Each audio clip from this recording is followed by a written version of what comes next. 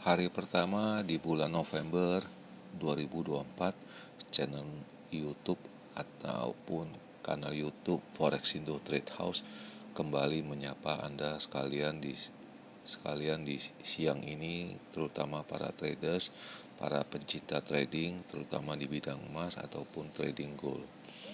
Adapun tema yang akan diangkat pada Jumat ini pada tanggal 1 November 2024 yaitu mini crash gold,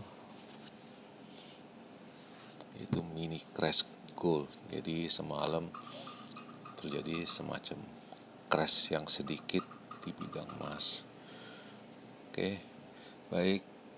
Perlu juga diketahui bahwa di ruang publik channel @Forex Indo Trade House tidak menjamin segala purchasing maupun transaksi Anda sekalian. Jadi di sini kita hanya men-sharing pendapat atau analisa secara pribadi saya sendiri. Jadi sebelum dimulai, jangan lupa memberi subscribe, like maupun komen ya di ruang kolom komen. Oke, baik, kita bisa mulai. Saya akan buka di halaman pertama ya. Itu kemarin juga, ini data yang kemarin yang saya tulis ya, atau ini ada di halaman kemarin ya, yaitu ini hanya akan terjadi 2789 sampai dengan 90 ya. Dan kemarin itu waktu berita ini tersebar, harga itu sudah mencapai 2784 ataupun 85, dan itu harus langsung, kalau bisa diaksikan langsung sell itu. Dan untuk low-nya kemarin kan saya sudah memprediksi angkanya bisa mencapai 2760 sampai dengan 55. Kalau seandainya ekstrim, dia bisa mencapai 2740 ataupun 45. Tapi rupanya kemarin low-nya itu mencapai di 2731.5. Bagaimana dengan transaksi ataupun purchasing Anda sekalian kemarin? Kita akan mulai pertama, yaitu pada halaman pertama ini, yaitu BOJ ya, Bank of Japan. Itu rate-nya itu tetap ya, steady, tetap itu dikeluarkan pada jam 10.16 31 Oktober. Dan ini ada pergerakan pada saat jobless claim ya, dia naik dulu langsung dilibas ke bawah. Naiknya juga nggak kencang, tapi turunnya lebih kencang. Ini pada saatnya, detik-detiknya tepatnya di jam 7.31 atau 19.31. Naik nggak jadi langsung turun. Oke, jadi bagaimana dengan purchasing saya? Ini saya sebentar lagi saya akan tunjukkan.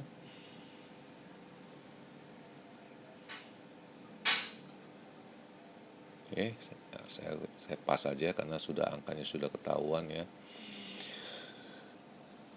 Nah, ini dia turunnya secara bertahap.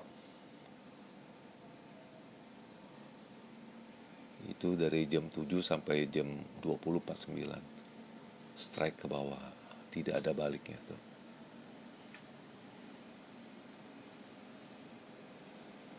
Sampai saya terakhir ini angkanya di 2761. Dan ini juga kemarin saya ada garis bawahi, ada penambahan garis ya, yaitu di 2748 ya. Bisa kita lihat ini kita punya low di 2740 pun ditembusin, dan harganya di 2737, low-nya di 2731.5 ya. Itu saya gambarkan pada jam 22.56, bisa dilihat ini jamnya di sini.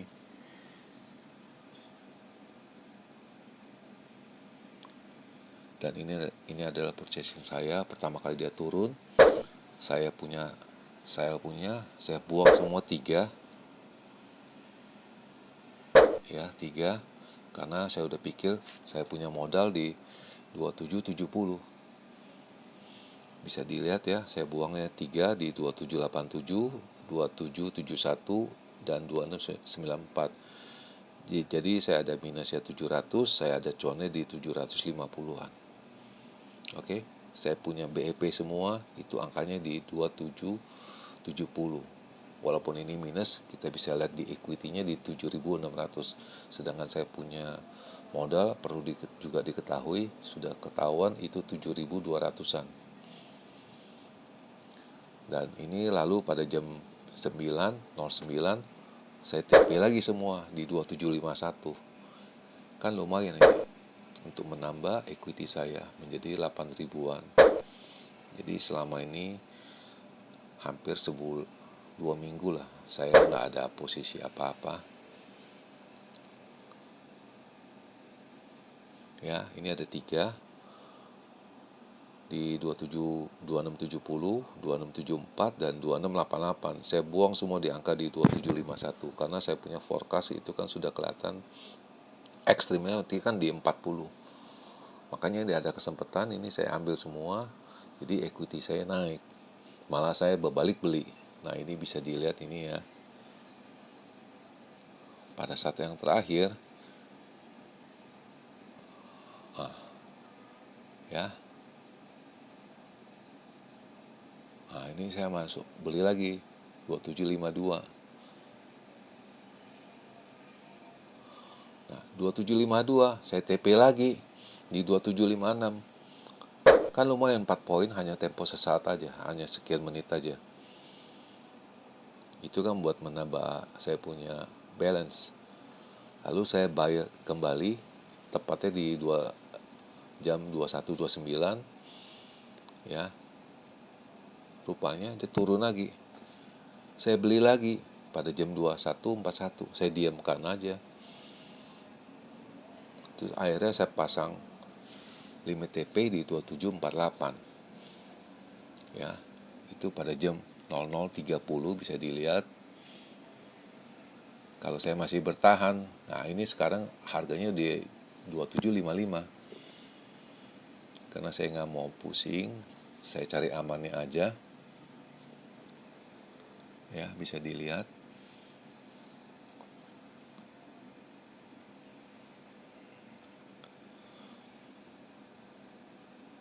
Dan ini angka saya di 8388. Saya withdraw 3.500. Ya, saya mundurin. Nah, itu withdrawnya 3.500. Ya, tuh. Nggak ada. Withdrawnya 21.000, jadi 24.800. Sekarang saya sudah nggak ada, clear punya posisi. Saya sudah ambil untung 3.500 ya. Dan ini agenda kita pada malam ini sudah jelas. Bukan, ini BOJ dulu, diawali dengan BOJ, dia punya interest bunganya tetap 0,2 ya. Dari sana kita sudah bisa membaca semua negara juga akan berpikir ulang untuk menurunkan suku bunganya. Dan kalau di Amerika mereka sudah berkeyakinan bahwa minggu depan ada pemotongan suku bunga 0,25 ya. Dan ini angka ini kenapa bisa turun emasnya semacam mini crash ini, mereka kan kecewa itu harganya naik kenceng. Di sini cara bacanya. Ini jobless claim 216.000 dibandingkan minggu kemarin 228.000. Jadi maksudnya minggu kemarin ada 228.000 orang untuk mengklaim untuk dari pemerintah. Sekarang jumlah klaiman itu menurun 216.000. Harusnya kan perekonomian kan bagus. Tapi diperkirakan oleh para traders ataupun para ekonom itu angkanya 230.000. Makanya harga emasnya crash. Itu jadi masalah. Dan untuk agenda ini hari juga sudah diketahui, yang kita perlu perhatikan itu non-farm payroll. Itu berapa angkanya ini akan keluar. Ini yang terpenting. Yang lainnya kurang ya. Saya bilang ini kurang. Yang hanya dilihat ini non-farm payroll. Lalu yang kedua itu ISM Manufacturing PMI. Itu kemarin 47,2, sekarang 48. Ini tahap kedua. Tahap 2. Itu pergerakannya. Jadi apa itu manufacturing PMI? Itu adalah indeks manufaktur ISM ataupun Purchasing Manager Index. Manufaktur adalah indeks yang menggambarkan tren yang berlangsung di sektor manufaktur saat ini. Indeks yang akan dirilis setiap bulan disusun oleh Asosiasi Manajemen Supplier Institute of Supply Management atau ISM, yang diukur berdasarkan survei terhadap para manajer pembelian yang bekerja di lebih dari 400 perusahaan manufaktur. Selain menyusun indeks manufaktur, ISM juga merilis indeks PMI sektor jasa yang sama-sama diterbitkan setiap bulannya. Bagi ekonom, para pelaku pasar, dan pemangku kebijaksanaan, kedua data tersebut selalu digunakan sebagai indikator untuk mencerminkan kondisi dan iklim dunia bisnis saat ini, sehingga mereka pun nantinya bisa menentukan kebijaksanaan sesuai persepsi pelaku usaha. Jadi ini perjalanan untuk tahap kedua. Jadi bagaimana dengan signal? Kita combine dulu. Signalnya sekarang mengarahkan kita untuk selling semua, jual semua ya. Itu pada jam 2.59 tadi subuh, jam 6.20, jam 8.37, jam 10.07. Dan ini mengarahkan turun ya. Dan ini diperkirakan itu equal, mirip ya, 47 dan 53 itu mirip sekali, equal. Jadi kemungkinan itu saya lihat ini sideways.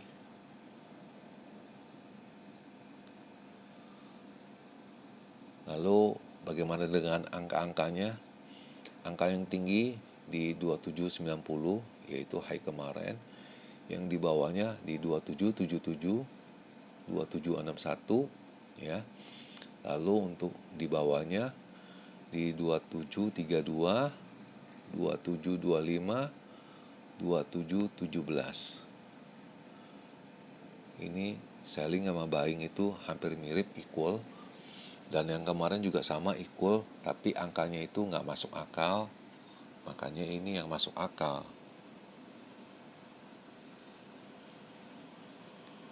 Oke. Jadi bagaimana dengan analis dari saya? Sekarang kita akan gambarkan.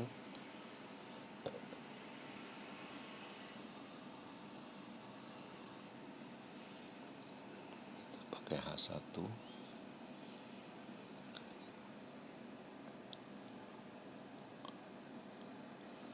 Oke, bisa dilihat ini ya. Hanya sekarang kita rubah.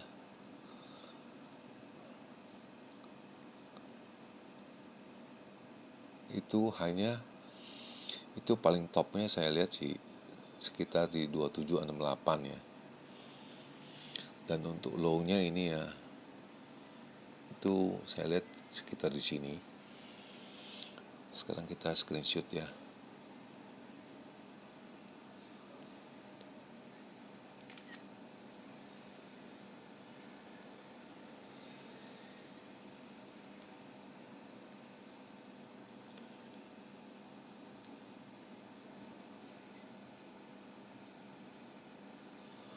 Sekarang high-nya kita lihat ya, itu pertama di 75